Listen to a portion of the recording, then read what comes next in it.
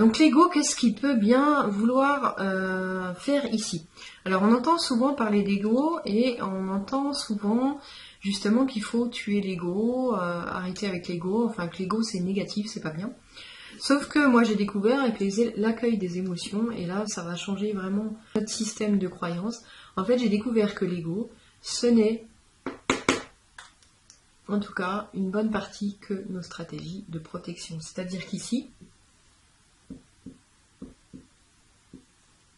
notre ego va se mettre au service donc de notre personnalité, de notre partie humaine, pour nous protéger au mieux.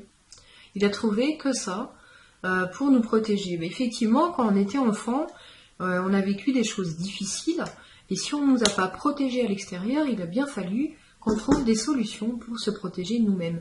Et c'est là que notre ego est intervenu. Notre ego n'est pas négatif du tout, c'est notre instinct de survie qui vient protéger, justement, nous protéger à l'intérieur, nous protéger de nous protéger de l'extérieur, de ce qu'on a vécu, d'événements traumatiques et dramatiques, etc.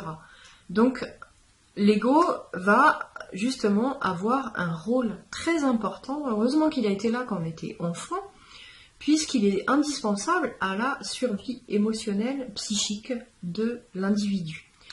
Bon, on est bien d'accord qu'arrivé du coup à l'âge adulte, eh bien, on va pouvoir prendre en charge toutes les parties de nous qui nous ont protégés, et notamment notre ego.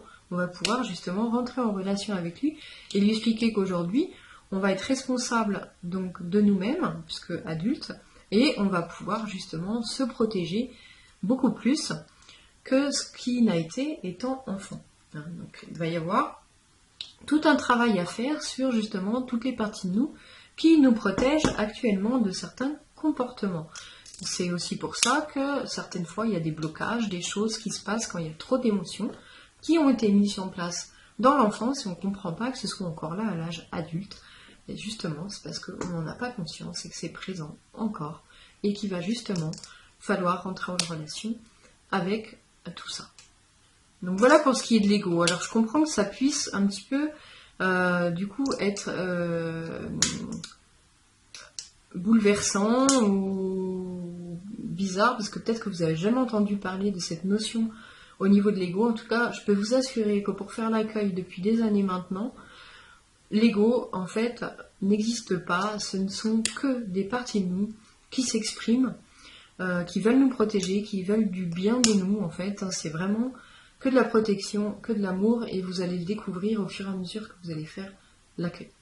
Je vous demande de me faire un petit peu confiance sur ce cadre-là. En tout cas, on va aller plus loin, vous allez voir comment effectivement ça se met en place, et vous allez comprendre pourquoi l'ego finalement n'est pas si négatif que ça. Il a été bien nécessaire justement quand on était enfant. Voilà. Dans la prochaine vidéo, je vais vous expliquer les différentes parties de nous, parce que ça, je parle de ça depuis tout à l'heure, mais je sens que ça peut être obscur effectivement. Donc je vais vous faire un petit schéma pour vous expliquer justement ce qui se passe à l'intérieur de nous et les différentes parties de nous qui peuvent bien y exister et cohabiter. A tout de suite.